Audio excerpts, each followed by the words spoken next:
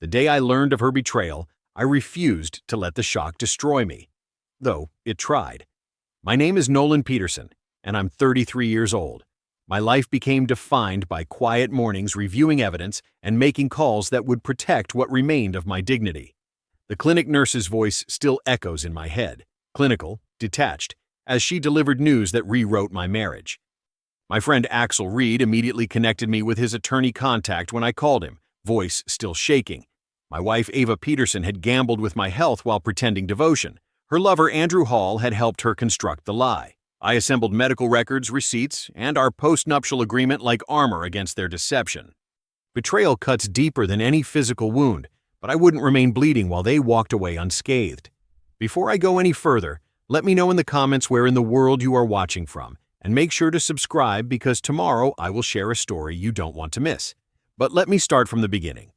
I sat in my truck outside the pharmacy, staring at the white paper bag on the passenger seat like it contained a bomb instead of antibiotics.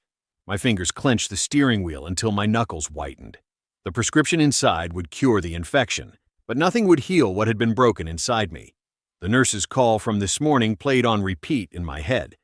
Her voice had been professionally neutral, the way people talk when they're delivering news they know will devastate someone. "Mr. Peterson, your test results came back positive for chlamydia." I'd been silent too long, and she'd added, "It's completely treatable with antibiotics. You'll need to inform any sexual partners so they can be tested." Any sexual partners. As if there had been a parade of them. As if I hadn't been faithful to the same woman for 7 years. "There's just my wife," I'd told her, my voice hollow. The silence on her end had said everything. We both knew what it meant. The math was simple and brutal. I was clean before marriage, faithful during it, and suddenly infected. There was only one way that equation balanced. My phone felt heavy in my hand as I dialed my primary care doctor's office. "This is Nolan Peterson. I need a copy of my last full panel screening. It was for a job about 8 months ago." I paused. "I need to compare it to some current results." The receptionist didn't ask questions. Maybe she heard the edge in my voice. 20 minutes later, an email arrived with the attached file. 8 months ago, negative across the board, clean. I remember the smell of my truck that day, the pine air freshener dangling from the mirror, the faint scent of sawdust on my clothes from the morning's job site. Familiar things suddenly felt foreign, like I was sitting in someone else's life. Next call, the bank. "I need to place a temporary freeze on withdrawals from my joint account." I gave them the details, ignoring the twist in my gut. "Just for 48 hours while I sort something out." The customer service rep asked if there was suspected fraud. "Something like that," I answered. With each call, I felt myself changing.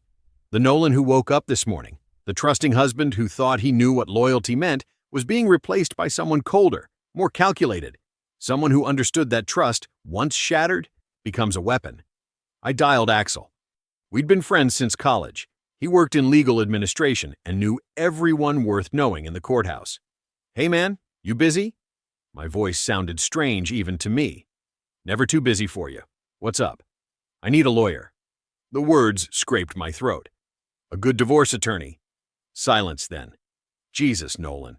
What happened?" I told him everything. The call, the test, the undeniable math. My voice didn't break, but my free hand clenched into a fist so tight I felt my nails cut into my palm. "I'm so sorry, man." Axel's voice dropped. "I know a woman, Caroline Vega. She's the best, specializes in complex divorces, knows how to enforce prenups and postnups like nobody's business." "We have a postnup," I said, remembering the blue folder in my desk drawer. The one we'd signed when my dad helped with our down payment. "Infidelity clause. Call Caroline, today." Axel paused. "And Nolan, don't confront Ava without evidence. Not yet. Get your ducks in a row first. But some wounds can't wait. Some betrayals demand immediate reckoning." "Thanks," I said, and hung up. I drove home with the windows down, cold air clearing my head. 7 years of marriage played through my mind like a highlight reel. Ava smiling on our wedding day, painting the living room together, talking about kids someday. How many of those moments had been real? How many came after she'd been with him? I rehearsed what I'd say, but when I pulled into our driveway, all clever speeches evaporated. There was only raw truth now. Ava was at the kitchen island when I walked in, wine glass half full beside her, scrolling through her phone. She looked up with a smile that froze when she saw my face. I placed the white pharmacy bag on the counter between us, said nothing, let the silence build. "What's this?" she finally asked, not touching it. "Antibiotics," I said, "for the infection you gave me." Her face transformed. Shock, then defense, then something harder. "Don't put this on me, Nolan. Maybe you—" "No," I cut in. 8 months ago, I had a full panel for work. Negative. You and I haven't been apart. So tell me who he is." She laughed, a brittle sound. "This is insane. Maybe they mixed up your sample." "The lab doesn't mix up 2 calls and a paper trail," I said, my voice steady as I slid the results across the counter. "Say his name." Her eyes flicked to her phone, just for a second. But it was enough. "Andrew," I said, because I'd already seen his name light up her screen at midnight twice this month. "Andrew Hall, the friend who suddenly needs you on weeknights." Color drained from her face, then flooded back. "You're being dramatic," she said. "Andrew is going through a divorce. He needed someone to talk to." She stood abruptly, her wine glass teetering. "So what? You think you're perfect? You work late, you forget date night." "I didn't forget my vows," I said, the words like ice. "You don't get to talk about me." Her jaw worked. "What do you want, Nolan? An apology? Fine. I'm sorry. It happened. It's over." "You're going to blow up our marriage over one mistake?" she shouted, hands trembling. I looked at her, really looked at her, and felt nothing but cold clarity. "You detonated it," I said. "I'm just walking out of the crater." I stood in the kitchen, methodically emptying the filing cabinet's marriage folder. Our lives together had been stacked in neat rows: car titles, home warranty, tax returns, and, I pulled out the blue legal folder, our post-nuptial agreement. The house felt different already. Tension hung in the air like smoke, making everything seem slightly distorted. In the guest bedroom down the hall, I could hear Ava's footsteps, back and forth like a caged animal. I spread everything across the dining room table: the clinic results, my clean test from 8 months ago, credit card statements with the Riverbend motel charges circled in red, gas receipts from the station near there, time-stamped on nights I'd been working late shifts, the post-nup with yellow tabs marking the infidelity clauses. When I was a kid, my dad taught me to keep everything. "Paper protects you when memory fails," he'd say. I never thought I'd be using receipts as armor against my own wife. I slid each document into a fresh folder, arranging them chronologically. Something about the organization made me feel steadier, like I was building a foundation for whatever came next. The guest room door slammed open. Ava stormed into the living room, eyes red-rimmed but fierce. "You can't just throw me out of my own bedroom," she said, arms crossed tight over her chest. "I didn't throw you anywhere," I replied, not looking up from the documents. "I asked you to sleep in the guest room. There's a difference." "This is my house too, Nolan." I finally met her eyes. "Is it?" "Because according to this," I tapped the post-nup, "infidelity means the house stays with the faithful spouse. Your signature is right here." She looked at the document like it was a snake about to strike. "That was years ago. We weren't even thinking about—" "We were thinking exactly about this," I cut in. "That's why we signed it." Her face contorted.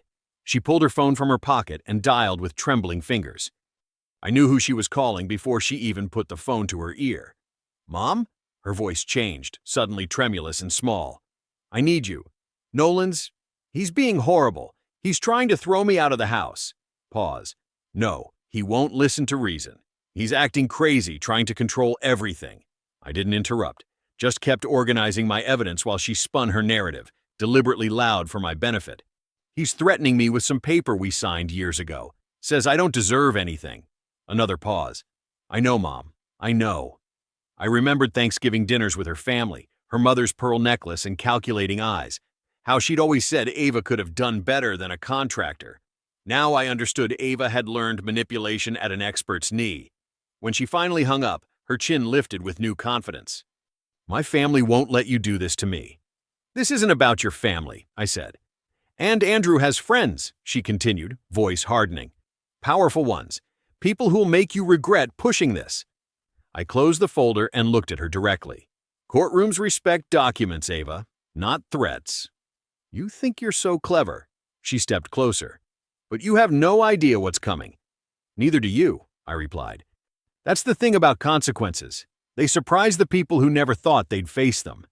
For a moment, I caught a flicker of uncertainty in her eyes. Then it vanished behind anger. She turned and stalked back to the guest room, slamming the door hard enough to rattle the pictures on the wall. I stretched out on the couch, not bothering with blankets or pillows. The ceiling above me had a hairline crack I'd never noticed before. Funny what you see when everything changes. Tomorrow, I'd call Caroline Vega. Tomorrow, I'd file the paperwork. Tomorrow, the battle would officially begin. But tonight, I just breathed through the pressure in my chest, trying to reconcile the woman who'd shared my bed with the stranger who'd just threatened me. My phone vibrated on the coffee table, lighting up the darkness. Unknown number. Nearly midnight. I stared at it, suddenly certain. Ava wasn't waiting for tomorrow either. She was already making moves, already building her defense. The unknown number flashed again, insistent in the darkness. I woke before my alarm, my back stiff from the couch. The house felt different, quieter, like it was holding its breath. The guest room door remained closed as I showered and dressed. I left without making coffee. The morning air hit cool against my face as I slid into my truck. Caroline Vega's office was downtown, 20 minutes in good traffic. I'd called her first thing after talking to Axel, and she'd squeezed me in for 8 a.m. Divorce attorneys understand emergency triage. I gripped the steering wheel tight, replaying Ava's threats from last night. The unknown caller had left no message, just the digital footprint of their attempt. Part of me hoped it was just a telemarketer, but I knew better. Traffic moved steadily as I navigated through the city. I remember driving this same route with Ava to look at furniture for the house, her hand resting on my knee, planning our future. The memory felt like it belonged to someone else now. Caroline's office occupied the third floor of a renovated brick building. The reception area smelled faintly of lemon polish and new carpet. I gave my name to the receptionist, who nodded sympathetically. People only came here when something was broken beyond repair. 5 minutes later, Caroline appeared. Mid-40s, dark hair pulled back, a navy suit that meant business. Her handshake was firm. "Nolan Peterson," she said, not a question. "Come on back." Her office was organized, with law books lining one wall and a desk clear except for a legal pad and a single folder. Mine, I assumed. She gestured to the chair across from her. "Axel briefed me," she said once we were seated. "STD transmission, infidelity, and a post-nuptial agreement. I need to see that document first." I pulled out the blue folder and handed it over. She read through it carefully, nodding occasionally. "Both parties had independent counsel," she noted, flipping to the signatures page. "Yours was Jason Merrick. Hers was Eleanor Shea. Both solid attorneys." "Is it enforceable?" I asked. "Infidelity clauses can be tricky, but this one is specific and clear." She looked up. "The language here states that proven infidelity results in the faithful spouse retaining full equity in the marital home, separation of accounts, and no spousal support." "Did you understand these terms when you signed?"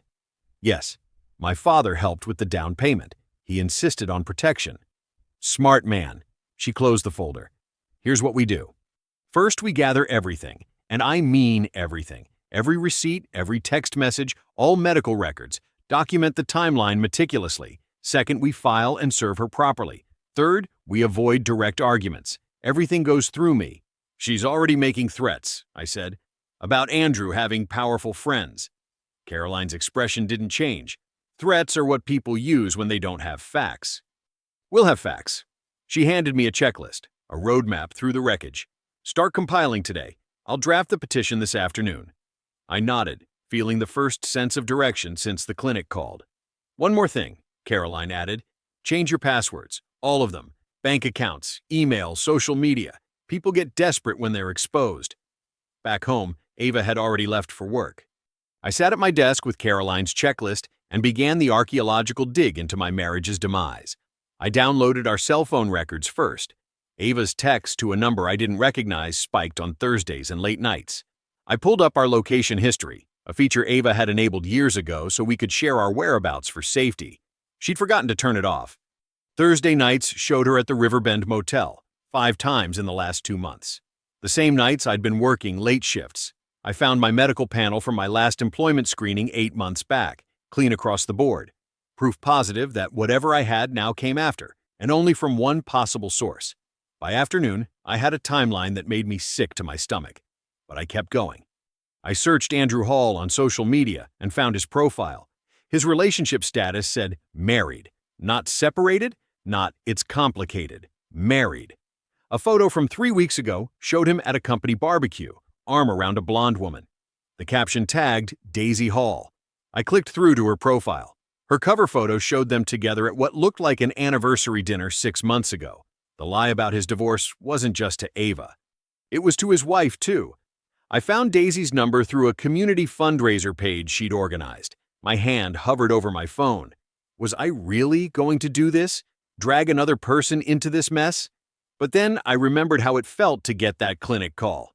If someone had known about Ava and hadn't told me, I'd never forgive them. I dialed. Hello? A woman's voice, cautious with the unknown number. Is this Daisy Hall? Yes. Who's calling? My name is Nolan Peterson. I took a deep breath. I believe my wife is having an affair with your husband, Andrew. Silence stretched between us. Then a shaky exhale. He told me he was working late, she finally said, her voice cracking. Team building events. Ava told me he was going through a divorce, I replied. A bitter laugh. We've been married 6 years. No divorce. I explained about the motel, the infection, everything. She cried quietly, then seemed to pull herself together. Thank you for telling me, she said, steel entering her voice. I needed to know. That evening, a text came through from Daisy. I'll handle my part, you handle yours. I leaned back in my chair, staring at the message.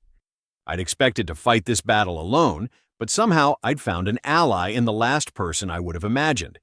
2 days later, I found myself adjusting my tie in the rearview mirror of my truck, parked outside Eastlake Country Club. The last place I wanted to be was at my in-laws' anniversary dinner, but Ava had insisted.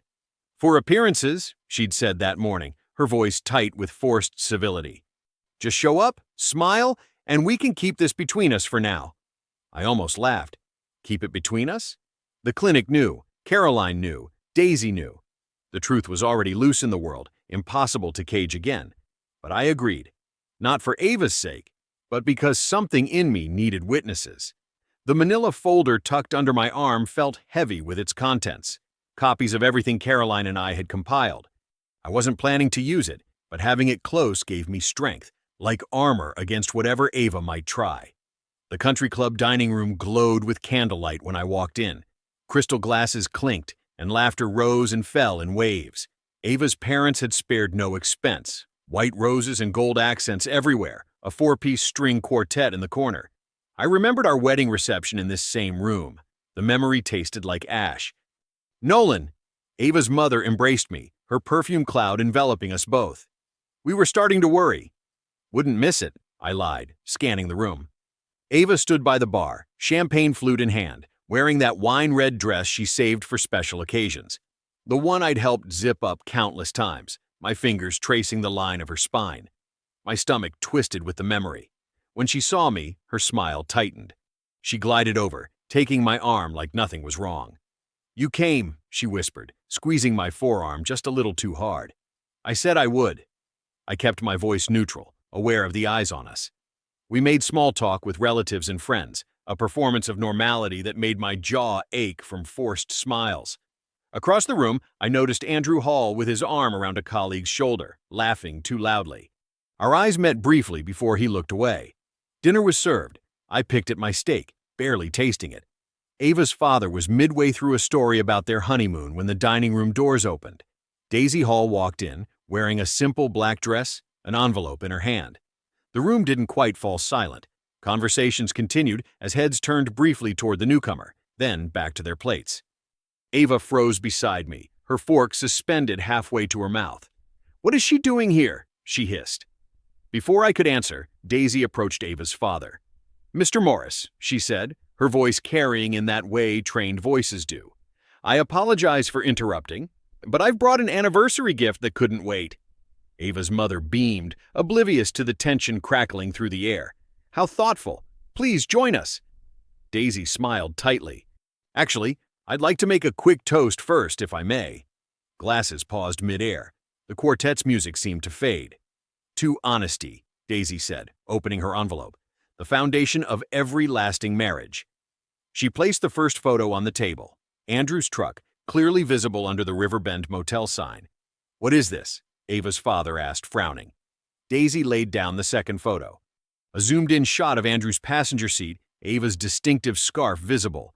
Next came the printouts, time-stamped room charges, gas station receipts. Finally, my lab results, the diagnosis highlighted in yellow. "Oh my God," Ava's mother whispered, hand flying to her mouth. Ava lunged for the papers. "This is ridiculous! These are private!" I placed my hand firmly over the documents, meeting her eyes. "Enough," I said, loud enough for the table to hear. "I'm filing for divorce in the morning. The postnup stands. The house stays with me. We'll settle quickly if you sign." Andrew was on his feet now. "This is absurd. You can't just—" "Sit down," Daisy cut him off. "Unless you want me to share the texts, too." The room erupted. Ava's mother began to cry. Her father demanded explanations. Relatives whispered behind hands. The quartet had stopped playing entirely. I stood up, gathering the documents carefully into my folder. "I apologize for the disruption," I said to Ava's parents. "You deserved better from both of them." Ava grabbed my arm as I turned to leave, her nails digging through my jacket sleeve. "You planned this," she hissed, face contorted with rage. "You'll regret this, Nolan. I swear to God you will regret this." I removed her hand from my arm, one finger at a time. "No," I said quietly. "I already regret the 5 years I spent trusting you." I walked out, Daisy a few steps behind me. The night air felt clean after the suffocating dining room.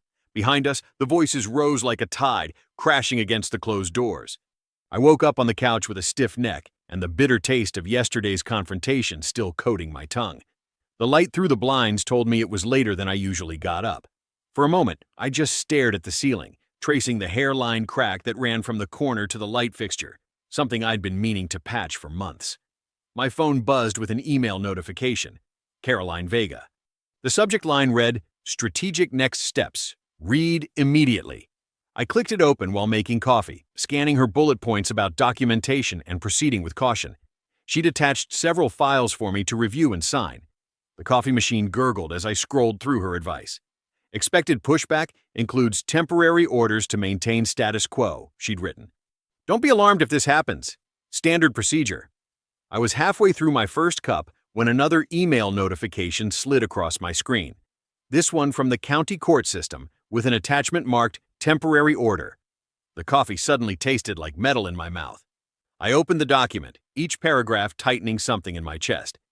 By the time I reached the conclusion, I slammed my laptop shut and shoved it across the kitchen counter. The judge had granted Ava's emergency motion. The house was frozen for 60 days. Temporary spousal support was ordered pending full review. I couldn't move forward with the sale or transfer of any joint assets, and the post-nuptial agreement was under initial review for validity. Just like that, the momentum I'd felt last night evaporated. I was back to square one. Worse, actually, because now I'd have to pay her to live in my house while she plotted against me. I dialed Caroline immediately. "I just saw the order," I said when she answered. "How the hell did this happen? We have documented infidelity. We have a signed postnup." "Slow down, Nolan." Caroline's voice was practiced, calm. "This is procedural. Judges often issue status quo orders automatically when allegations are made. It buys the court time to review everything properly." "But she's making noise, which is exactly what we expected," Caroline cut in. "Temporary orders aren't verdicts. They're placeholders. The judge hasn't invalidated anything yet." I paced the kitchen, phone pressed to my ear. "So I just sit here and keep paying for everything while she sleeps with this guy?" "You follow the order to the letter," Caroline said firmly. "You document every interaction. You gather every receipt, every text message, every piece of evidence we need, and you stay calm. The moment you react emotionally is the moment you give her ammunition." I could hear Ava moving around upstairs, the soft thud of drawers opening and closing. "I can't stay here," I said, lowering my voice. "Not with her." "Then don't. The order doesn't require cohabitation. It just freezes financial status and assets." After we hung up, I grabbed a duffel bag from the hall closet and stuffed it with clothes, toiletries, my laptop. I heard Ava's footsteps on the stairs as I zipped it closed. "Running away?" she asked, leaning against the banister. I shouldered the bag without looking at her. "Following the temporary order. Assets stay as is. I don't." "You saw it already? That was fast." Her smile was thin. "Maybe you should reconsider this whole thing, Nolan. We could fix this." I walked past her to the door. Nothing to fix, just waiting for the court to confirm what we already know. You'll regret this, she called after me. I didn't answer, just let the door close behind me. The job site was quiet when I pulled in. Sunday meant no crews. I reclined my truck seat trying to rest, but my mind kept churning. Around dusk, the clouds opened up. Rain hammered the roof, the steady drum making sleep impossible. My phone lit up with texts from Ava, each one whiplashed between reconciliation and threats. We can talk this through. You're going to lose everything. I still love you. My lawyer says the postnup won't hold. I turned the phone face down on the passenger seat and watched raindrops race down the windshield.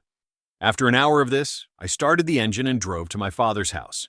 The porch light was on even though it was nearly 10. Dad opened the door before I knocked, like he'd been waiting. Thought you might show up, he said, stepping aside. The house smelled like pot roast and coffee. He'd kept dinner warm. Temporary freeze order, I explained, dropping my bag by the door. Can't sell or transfer anything for 60 days. He nodded, setting a plate in front of me. Expected move. Doesn't change the facts. I ate while he sat across from me, neither of us talking much. The familiar kitchen with its worn table and humming refrigerator felt like solid ground after days of quicksand. Stay in the guest room, he said when I finished. No sense sleeping in your truck. I might need to for a while, I admitted. Until this gets sorted. Dad's face hardened. Her lies won't stand up to your truth, son. Documents don't lie, people do. I checked my phone one last time before bed. One new message from Ava, sent at 11:42 p.m. Andrew is willing to help me bury you. I gripped the phone, staring at the words until they blurred. Caroline's conference room walls were lined with law books that probably hadn't been opened in years, but I appreciated the old-school touch. The large oak table was covered with neatly arranged stacks, each representing another nail in the coffin of Ava's case. This is good, Caroline said, leafing through my clinic records.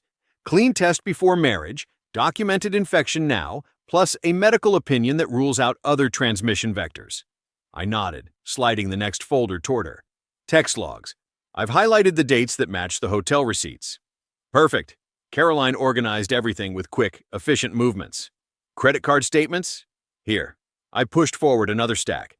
Separate page for each night she said she was helping a friend through divorce. Yellow tabs mark the Riverbend charges. Caroline raised an eyebrow. You're thorough. I'm a contractor. Details matter. I'd spent 3 nights at my dad's kitchen table assembling this timeline, cross-referencing my work schedule against Ava's absences. Each piece connected to form a picture even a blind man could see. What about the work logs? Caroline asked. I pulled out my company's shift records. I've highlighted my overnight shifts. Every Thursday for 6 weeks, I was on site. Every Thursday night for 6 weeks, her card was charged at Riverbend. Caroline nodded. This is exactly what we need. Clinical, factual, documented. My phone buzzed with a text. Daisy. I need to take this, I said, stepping into the hallway. Daisy's voice was steadier than the last time we'd spoken. I moved out yesterday, filed my petition this morning. Good for you, I said, meaning it. Andrew's coming apart, she continued. Keeps calling, alternating between begging and threatening. His boss called him in for a meeting after HR got wind of everything. I leaned against the wall. I'm sorry this happened to you. Don't be. I needed to know. There was a pause. Thank you for telling me the truth, Nolan. Not many would have. After we hung up, I returned to find Caroline reviewing my work shift documentation. The hearing is in 3 days, she said without looking up. We need to prepare you. What's to prepare? We have everything. Caroline finally looked at me. Ava's attorney will try to rattle you, make you look vengeful, unstable. You need to be professional no matter what they say. For the next hour, Caroline fired questions at me, some reasonable, others designed to provoke. Each time my temper flared, she made me start over. Again, she'd say. But this time, remember, you're not there to punish Ava. You're there to enforce a contract you both signed. By the 3rd day, I could recite my testimony in my sleep. I ironed my best shirt. The pale blue one Ava once said brought out my eyes. Not for her, for the judge. Details matter. The courthouse smelled like floor polish and anxiety. Caroline and I sat on one side of the aisle, Ava and her attorney on the other. She'd worn a conservative dress, hair pulled back, playing the wronged wife despite being the one who'd done the wronging.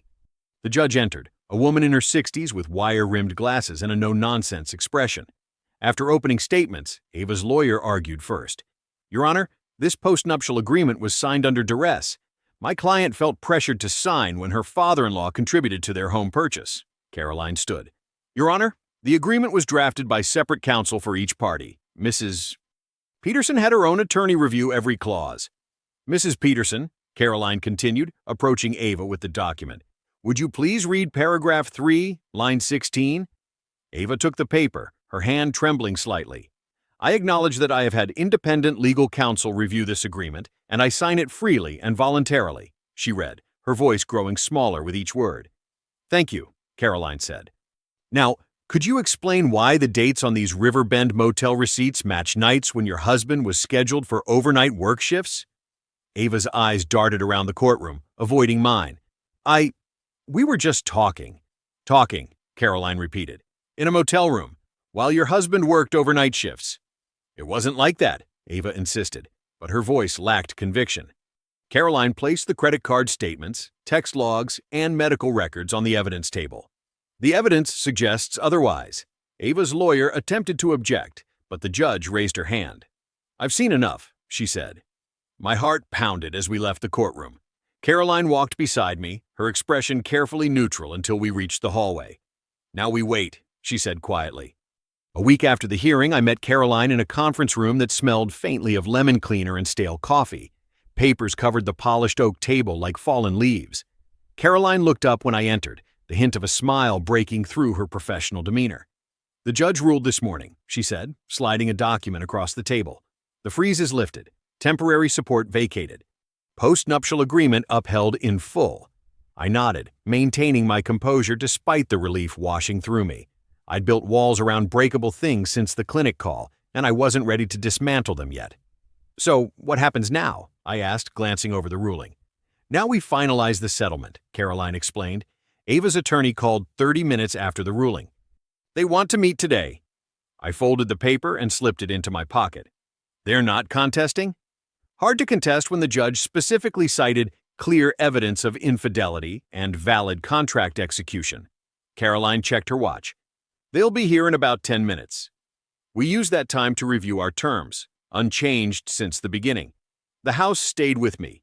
No spousal support. Separate bank accounts. Personal items returned within 14 days. Remember those old westerns where the saloon goes quiet when someone walks in? That's what happened when Ava entered with her lawyer. The air seemed to leave the room. She'd worn something expensive and understated, but her face betrayed her, pale with tight lines around her mouth. Her eyes skipped over me like I was furniture. Her attorney, a man with salt and pepper hair and an immaculate suit, nodded curtly. "Let's get this over with." Caroline pushed settlement papers across the table. Per the judge's ruling, Mr. Peterson retains the marital home and all equity therein. Mrs. Peterson keeps her vehicle and personal belongings acquired before marriage, or gifted to her specifically. I watched Ava's hands as she flipped through the pages. Her nails, usually perfectly manicured, looked bitten down. Small victories. "The kitchen set was a wedding gift to both of us," Ava said suddenly. "From my parents," I replied, my first words since she'd entered. Her attorney placed a hand on her arm. "Ava, we discussed this." She pressed her lips together but said nothing more. The settlement took less than an hour to finalize. Caroline had prepared everything in advance, leaving nothing to chance. Ava signed each page with quick, angry strokes, the pen scratching loudly in the quiet room. I signed my name below hers, steady and deliberate.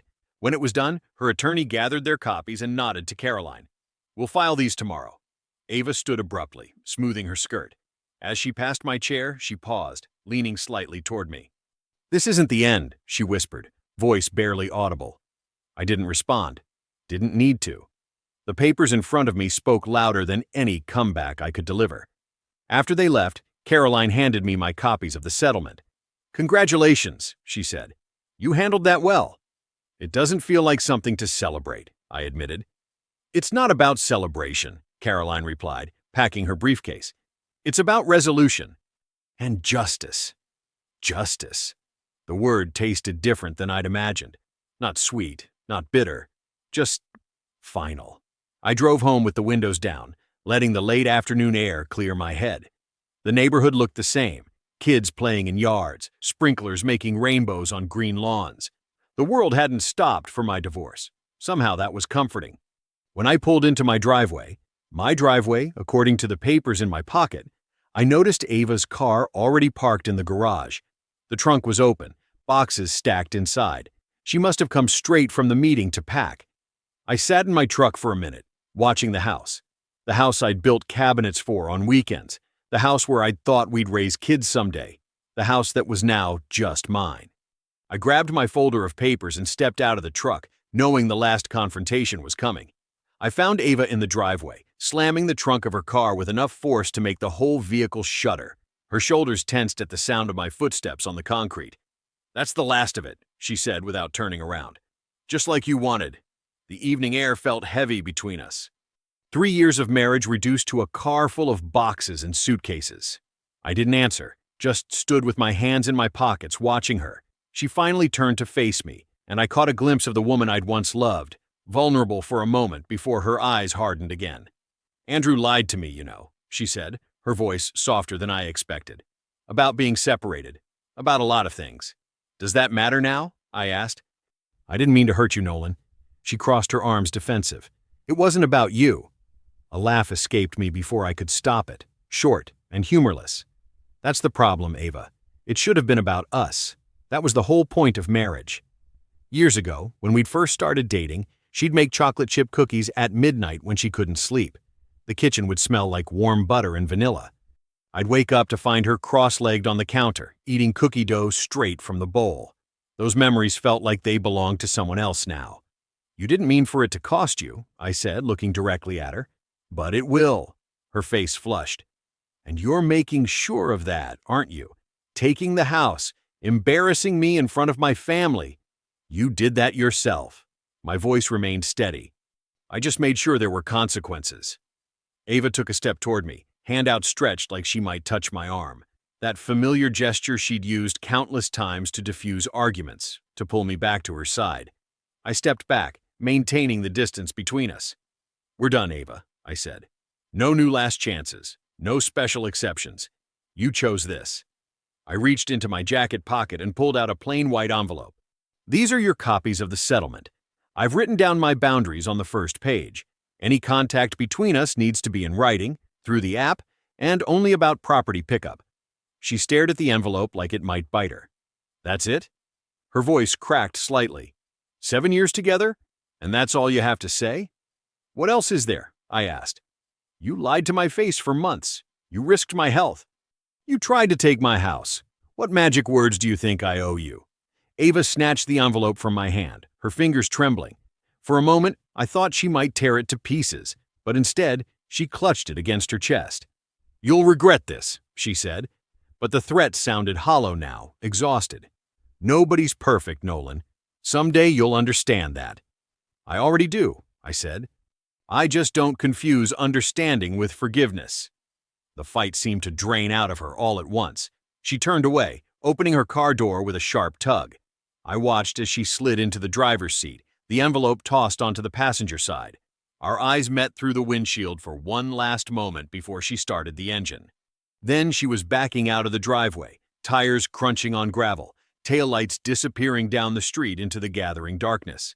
I stood there long after she was gone, breathing in the silence. The air felt cleaner somehow, like after a thunderstorm. Freedom has a scent. It smells like nothing at all. The house was eerily quiet when I went back inside. Rooms that had felt cramped with tension for weeks now echoed with emptiness. I walked through each one, turning on lights, reclaiming the space. The next morning, I woke early, habit dragging me from sleep despite having nowhere to be. Sunlight streamed through the bedroom windows, highlighting the bare spots where Ava's things had been. Lighter patches on the wall where her framed photos had hung, a dent in the carpet where her dresser had stood. I stood in the doorway, taking it all in. The closet door hung open, her side empty except for a few forgotten hangers. A bottle of perfume remained on the bathroom counter, either overlooked or deliberately left behind. "It's over," I whispered to myself, testing the words in the hollow quiet. The room didn't answer back. The bedroom was the last place I wanted to touch. For a week after Ava left, I slept on the couch, avoiding the space altogether. But that Saturday morning, I woke up with my back aching and a clarity I hadn't felt in months. I grabbed my tools, dragged out paint cans from the garage, and started tearing down what was left of our shared life. I stripped the walls first. The pale blue Ava had insisted on, "It's calming, Nolan," now seemed like a lie coating the drywall.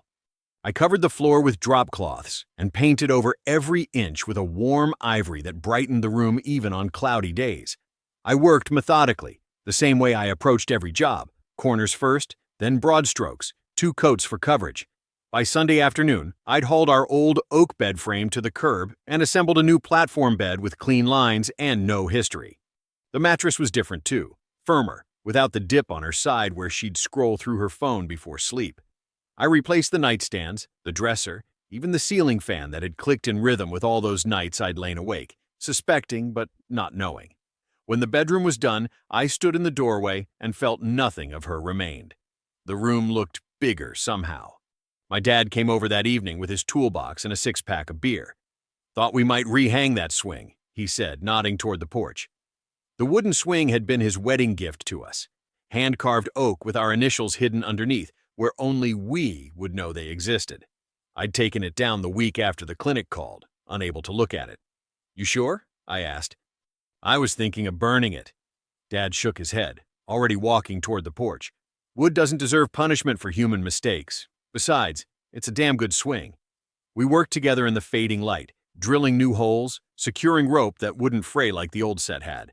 Dad checked each knot twice, tested the weight with his full body, then stepped back. "There," he said, satisfied. "That'll hold you through whatever comes next."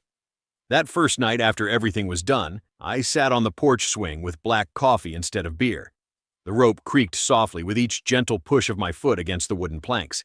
The sound had rhythm to it, steady, predictable, honest. I sat there until stars appeared, listening to nothing but the swing and my own breathing finding its way back to normal.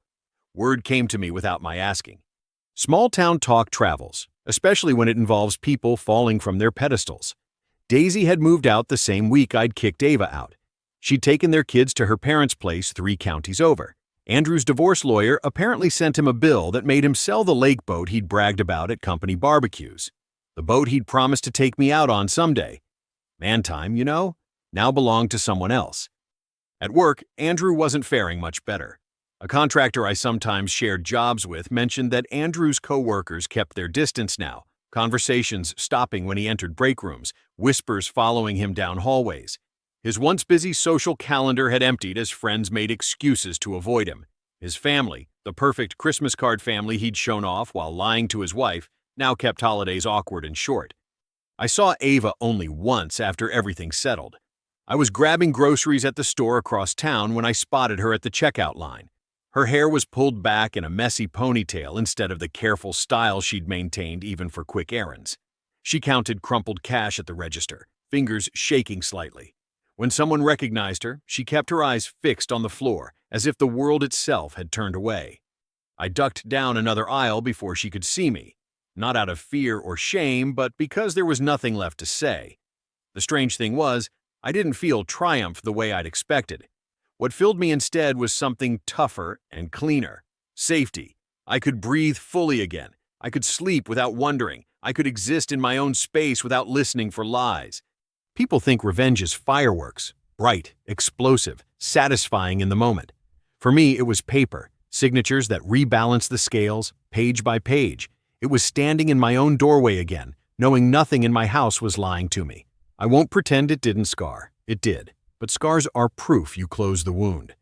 And if you're sitting where I sat, with a diagnosis you didn't earn and a heart full of anger you don't know where to put, hear me.